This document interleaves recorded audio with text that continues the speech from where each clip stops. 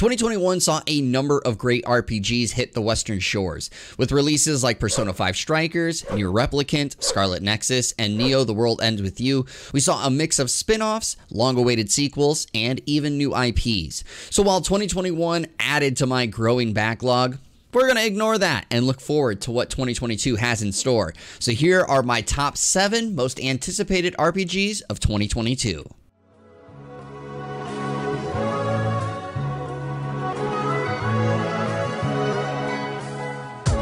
Welcome everyone to Press Start. My name is Darce and I hope you are all having a wonderful week. Before I get into the video, if this is your first time to the channel or you're returning for another video, make sure you hit the subscribe button to be notified of future videos. And if you like what I'm doing, give this video a thumbs up and leave a comment down below on your thoughts of what you are excited for 2022. All of this really helps me with the YouTube algorithm and potentially expands on what I can offer in the future.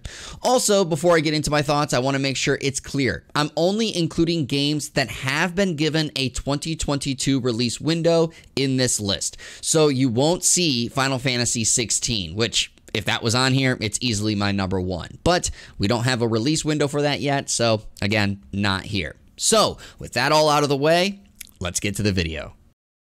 Number 7, Monarch. Let's start with one that comes out next month and might actually be a little unknown to a lot of gamers.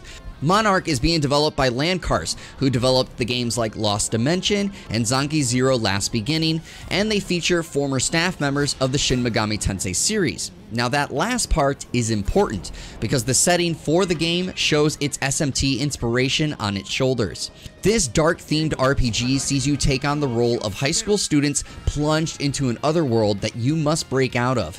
Aside from the outstanding artwork, what I'm most excited about for this game is its combat. It features a free movement tactical turn-based combat, which is actually my favorite type. It also has an added system that they call the Mad Gauge. Now players must increase this gauge to do bigger and stronger attacks, but if they let it fill too much, it will cause your character to go into a state of madness, attacking both enemies and allies alike for several turns before they self-destruct. Now this screams risk-reward balance to the highest degree, and for myself who loves strategizing, I cannot wait to dive into this new IP. It may not live up to my expectations, but I still feel this will be fun all the same. Monarch releases for PlayStation, Switch, and PC via Steam on February 22nd. Number 6, Elden Ring. Next up is a title I think many have as their number 1 RPG, or let alone the number 1 game they're looking forward to this year. Elden Ring is an action RPG title coming from Software, the makers of the Soulsborne games like Dark Souls, Bloodborne, and Sekiro, and being collaborated by the Game of Thrones novelist George R.R. Martin. Many fans, myself included, feel like it's been aeons waiting for this title to release. It was announced back at E3 2019 and then went radio silent until Summer Games Fest in June 2021. The latest From Software title will feature an open world for the first time in the genre. The trailers for this have looked amazing, and combat looks to be as brutal as ever. That's of course the main pull for this game, in my opinion of course, the combat. The world setting will be great, and like all other Soulsborne games, the story will likely be told more through those in-game books and letters that the player finds. But we all know that the combat is where these games shine brightest, and specifically in those boss battles. Those unfamiliar with the genre come in expecting to die a lot, but death is how you learn to live and return to slay those beasts that slayed you. Elden Ring releases February 25th for PlayStation, Xbox, and PC. Number 5, Forspoken. Formerly known as Project Athia, this Square Enix title is an isekai for the Western world. This action RPG sees you control Frey Holland, a girl from New York City who is mysteriously transported to the world of Athia. Frey learns she has magical powers in this world and must fight to survive to find her way home. Athia, a land once filled with beauty, now falls to corruption, transforming animals into beasts and other dangers across this land that is under a tyrannical rule from an evil sorceress. The story and setting is what pulls me in for this title. I enjoyed what I've seen of the combat so far, but the trailers grip me with the flashy, beautiful world and the characters that they've shown off. I'll admit my over-the-top hopes for this game have been pulled back down to earth as of late, but it's clearly still high up on my list. That's why I'm featuring it. May cannot come soon enough for me on this one, and I cannot wait to dive into Athia. Forspoken will release for PS5 and PC on May 24th. Number 4, Stranger of Paradise Final Fantasy Origin. I can already hear some of you going, what? How can you have Final Fantasy Origin over Elden Ring? That answer is easy, of course, if you know me. I'm a Final Fantasy fan. Don't get me wrong, Elden Ring will likely, hell, I'd actually say most definitely, will be better than this. The idea of Team Ninja, the team that made the Neo series, putting out a Soulsborne title in the Final Fantasy universe has me itching to play it. I know the reception around its initial reveal ranged from meh down to repulsive, but I didn't think the original looked bad. I also felt the timed demo on the PS5 felt great. Team Ninja did a great job incorporating the job class system of Final Fantasy into its challenging action combat. I didn't get to play the updated timed demo, so I'm not exactly sure how that one played out compared to the original, but I figure it was the same, if not better. This one also intrigues me because of it dealing with the original Final Fantasy and the Warrior of Light. I'm curious where Team Ninja and Square Enix are gonna go with this kind of setting, and I won't have to wait much longer, and best be sure, I'll be scooping this one up right away. Stranger of Paradise Final Fantasy Origin releases on March 18th for PlayStation, Xbox, and PC. Number 3, The Legend of Heroes Trails from Zero. Those that know me know I'm a huge fan of the Legend of Heroes Trails of Cold Steel series. Developed on Falcom, this turn-based RPG delivers a world deep in narrative and world building, spanning several series and titles. Now, these titles serve as arcs for this world.